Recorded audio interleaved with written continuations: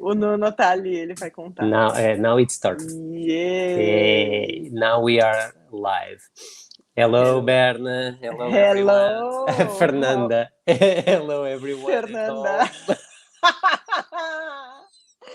How are you, Rick? I'm good. I'm good. And you? How is everything? Everything's good. The weather's getting colder, so Yeah. before our chat, we went for a long walk with Lola. Uh-huh. Since it's like daytime, so we can do a few things at the same time. Walk the dog, go out, have some sunbathe, and Uh-huh. those things. Awesome. Awesome. And are you ready for San Francisco already? Not yet, because we still have to go to Gardner to bring Lola to Vivian Rob's. So we are Oh, still yeah. going to Gardner, yeah, tomorrow. Then on Sunday we come back, and Monday we travel. So we still have lots of things to do To do, before that. right? Mm-hmm. Awesome. Yeah. Awesome. Cool. Yeah, yeah. So today we will be discussing a little bit on how breathing affects our lives. That Mm-hmm. would be the and will be the subject matter of our conversation. And once again, thank you to do this with me. Thank Um, you. on our experience of all these years teaching, how do you see the impact of the breathing on your life, on life of your students, people that you work with? Yeah. I think since like we don't notice that we are breathing many times, we don't have enough, we don't pay enough attention to our breathing. But Hmm. when you have students that start doing our practices and they notice the quality of life that they increase with breathing correctly, and in another level, in a deeper level, when they can manage stress or manage their emotions through breathing, then it's like a new door that opens in their lives. And wow, I couldn't imagine the impact that the conscious breathing can have in my life. Hmm. Right, I see that the students, they are really really impressed by that. And it's easy to breathe poorly, right? And Hmm. if you don't Yeah. pay attention, you breathe in a really really poor way, and it impacts like everything in your life, since your quality of life, your quality of sleep, and etc. And I have here a James Nestor quote that says something even more impressive about that. And I'm going to read it because I Yeah, don't of have course. exactly Hmm. in my mind. And he says in his book, Breath, The New Science of a Lost Art, he says, the greatest indicator of lifespan wasn't genetics, diet, or the amount of daily exercise, as many had suspected. It was lung capacity.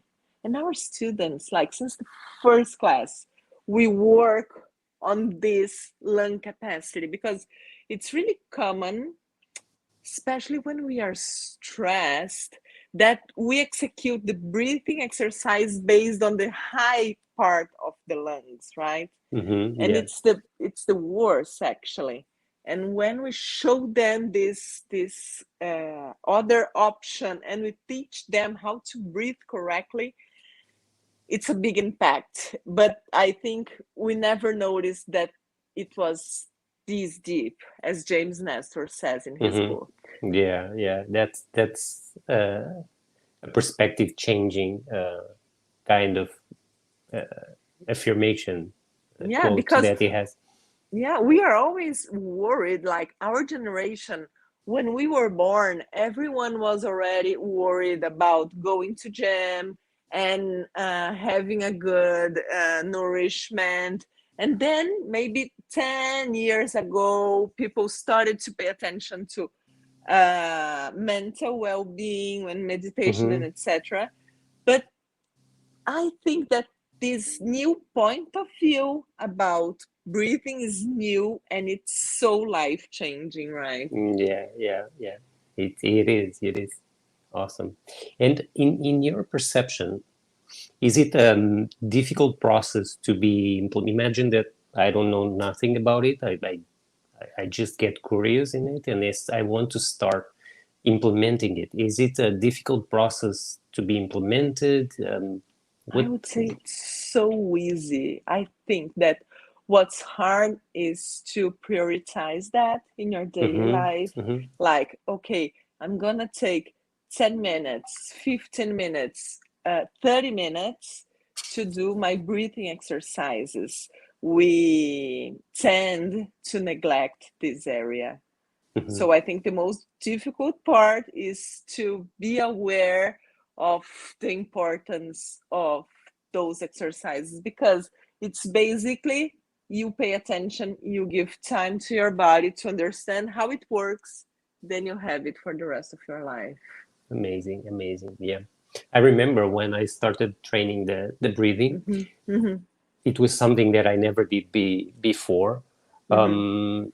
And once I reeducate the process just on the sports or that I was doing at the time, it was a big change. Just not because when you do sports, they teach you how to breathe through the mouth, right? Or they don't Yeah, even teach you. And when you implement this just breathing through the nostrils, it seems that your stamina, your resistance, it just increases naturally without just a few days, a few weeks, a couple of weeks of training to re-educate the process for you to mm-hmm, be able to mm-hmm. breathe through the nostrils. Just in terms of performance, that was, I remember I have that image very clear at the time. It was a totally a big change in just Yeah. the amount of energy that I was consuming in terms of the activity. And we have this feedback from the students, right? Yeah. When a student that doesn't train with us is an athlete, and the person goes to this competition or something, and then starts to practice with us or to have classes with us, they say, "Oh, I noticed like I was stuck in a level, and when I start to do your practices like breathing and meditation and consciousness, I could go to another level." Mm-hmm. Yeah. Yeah. It's really common. I think those are the cases that are more visible, even though Mm-hmm. it's important to everyone, but for those guys it's really visible. I remember when Gustavo was training this guy that does stand-up paddle. He was in a level, and he thought he was at his best performance, and And after he he went started, even higher. oh, even further. He did like way further because of that, because he could especially manage his emotions by the breathing. He could Mm-hmm. manage it. And when he could manage his emotions, he had a better performance. Amazing, amazing. How things are all intertwined, and Yeah, exactly. just a simple action of breathing changes completely Yeah. And even Pedro, when he was in the Olympics, he was not doing well, and he stopped, did some breathing exercises, quiet down his mind and his emotions, and then he was the best in that series because of Yeah, I that. remember So that. it's so impressive. It's so impressive the difference Yeah, that a good breathing can do in our daily life, in our struggles, in our challenges. amazing, amazing.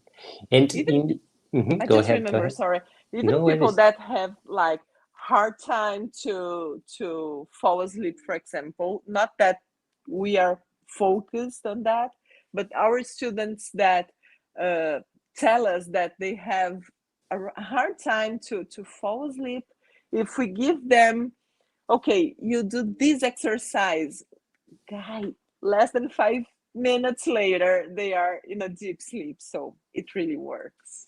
It's so Yeah. good. I was about to ask you, in your experience of all these years, um, for someone to start, even if it's at home, um, what would be the first steps that you the recommend them the first to? steps to find a comfortable position. It can be seated or lying down. You can use your hands, bring your hands in your abdomen, and inhale and exhale through the nostrils. And when you inhale, you try to expand your abdomen as much as you can, because this is another thing that we learn wrong. At least in Brazil, you were doing physical exercise there, and all the teachers said, air inside. I don't remember, but you were supposed to. It's air in, chest up, right? Yeah, it was something like you. When we are born, let me do this. There's another line of thought. When we are born, if you see a baby breathing, you can see the abdomen going out. But then we learned that the chest has to go out, not the abdomen. And this is one of the worst mistakes, in my opinion. So if you have 5 minutes a day, lie down or sit down with your back straight, put your hands in your abdomen and expand your abdomen when you inhale, and bring your abdomen in when you exhale, and do that for like 5 minutes, and try to use all your lungs capacity and work on that. And you're gonna see that your lungs capacity increases like a lot just by doing this simple exercise. Amazing. Yeah. Awesome. And for people that want some more information about the subject, we will have this masterclass on November 8th. That they can register, right? You can register for it on our website. You just need to subscribe to the master class, and you will have two specialists of this subject, debating and passing tips and information about it that you can follow. And then probably you can even subscribe to our free plans or paid plans, that you can do a regular work to develop the breathing and start expanding your life span. That by itself, right? Right? yeah. If I didn't do it, I would do it immediately. Just I will live one more year just because of this. I would do it. Quit diet and breathe right. Exactly. Why diet? Right? Exactly. So it's going to be November 8th. 8th, yeah. Okay. Yeah. And our website is therosemeditation.com, so you can go there and subscribe. Awesome. Thank you for these 15 minutes, more or less, Fê. It was great to see you as always. And thank you very, very much. I miss you. You have to come here after we come back from San Francisco. I really miss you. I know, and we need to find one day to work together in the same place. In the same place, yeah. I miss working with you. Yes, me too. Let's do that. We're gonna manage that. Yes, we will. Okay, take care. Have a beautiful weekend, Rick. You too. Enjoy Upstate. Enjoy everyone at home. See you next week. Yay. Bye.